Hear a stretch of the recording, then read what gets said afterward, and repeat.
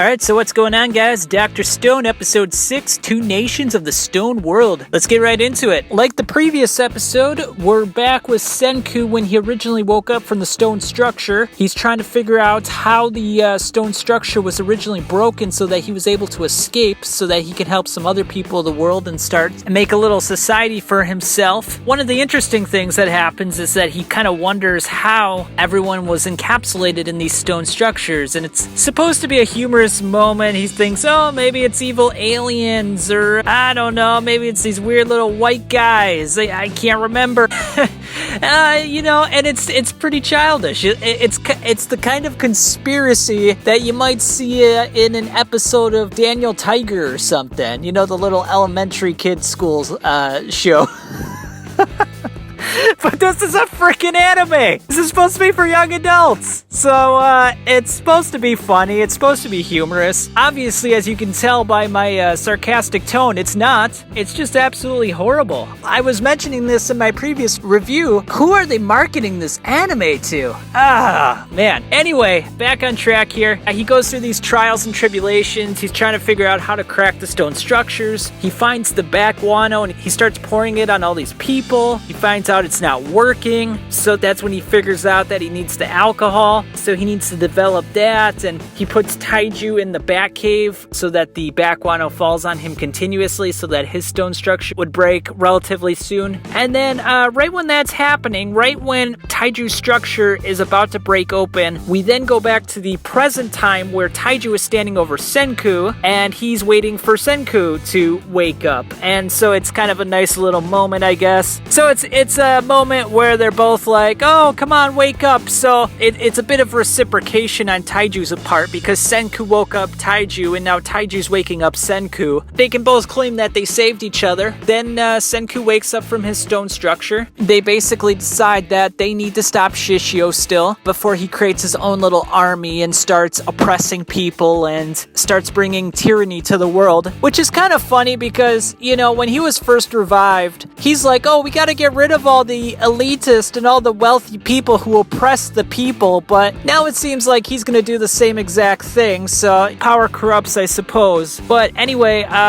so they're like, okay, we gotta do this, and Senku basically develops a plan where he's like, okay, Taiju and Yuzuriha, they're gonna infiltrate Shishiou's circle, I guess you could call it, his little group, his faction, and we don't really get specifics on any of the details that Senku communicated to Yuzuriha. He keeps it a secret from Taiju and also from the audience as well. So I guess we're gonna find out about it together in the future. But all we really do know is that Yuzuriha, when she finds out about the plan from Senku, she looks a little taken back. She looks a little starry-eyed almost, like, oh boy, like, we actually gotta do this? Gives us something to look forward to in the future, I suppose. We're kind of in the dark here. So yeah, then Senku, Taiju, and Yuzuriha decide to split up. Taiju and Yuzuriha are together. They're going to infiltrate Shishiou's little faction there. And Senku wants to find the people that he believes exist in the world, and he's hoping that maybe he can make an alliance with them and they'll be able to help him combat Shishiou, or at least keep him at bay. So that's where we're going then. And right then we get kind of a cutaway to Shishiou. He's going to go back to the back cave. He's got to make the miracle liquid so he can start releasing people from the stone structures. And right when that happens, a blonde-haired girl encounters him, and she basically saw the incident that happened between Shishiou and Senku. She saw that Shishiou, quote-unquote, killed Senku, so she wants to take Shishiou out. She sees him as a threat, sees him as a dangerous person that shouldn't be allowed to live. She's basically going to take him out. Now, she looks like she's pretty strong, especially given the fact that she's very small in stature, and Shishiou basically handles her very easily. Even at one point, he catches her knife, which she's thrusting with her hand, so all her muscles are being put into it, her shoulders, biceps, triceps, everything's being forced into this lunge with her knife. He freaking catches it with his two fingers. His index finger and his middle finger. He catches the knife.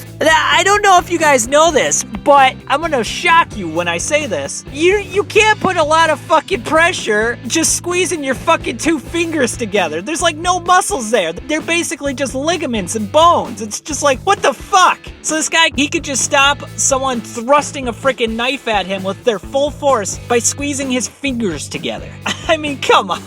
You know, I thought this was ridiculous to begin with, but man, they just keep taking it up to a higher level with each passing episode. As you can tell, it was pretty disappointing on my part. And then it ends with Shishiou dropping a huge tree on her.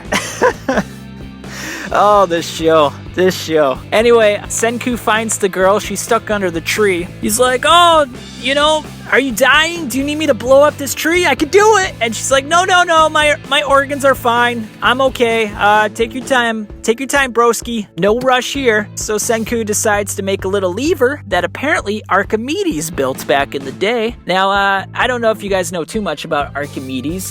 He used to be a famous mathematician, probably one of the most famous mathematicians of antiquity. He also was a physicist, engineer, you know, he did a lot of different inventions, astronomer as well, I believe. So yeah, this guy's pretty smart. But like I mentioned in the previous episodes, Senku knows everything about everything. Not only does he know about the guy, I mean, it's one thing to know that he built this lever system that basically allows you to lift super large, heavy objects, but to know how to build it to exact detail and to make it work in a society with basically no tools. It's just like, how many times do we have to lift our suspension of disbelief in this show? I mean, the animators just don't care. I mean, they're already so balls deep. They're like, look, we're already here. Just keep pushing forward. Only way to get ourselves out of this hole is just keep digging deeper and deeper and deeper. And that's basically all I gotta say on this one. Oh yeah, and it sounds like the girl, oh man, what's her name?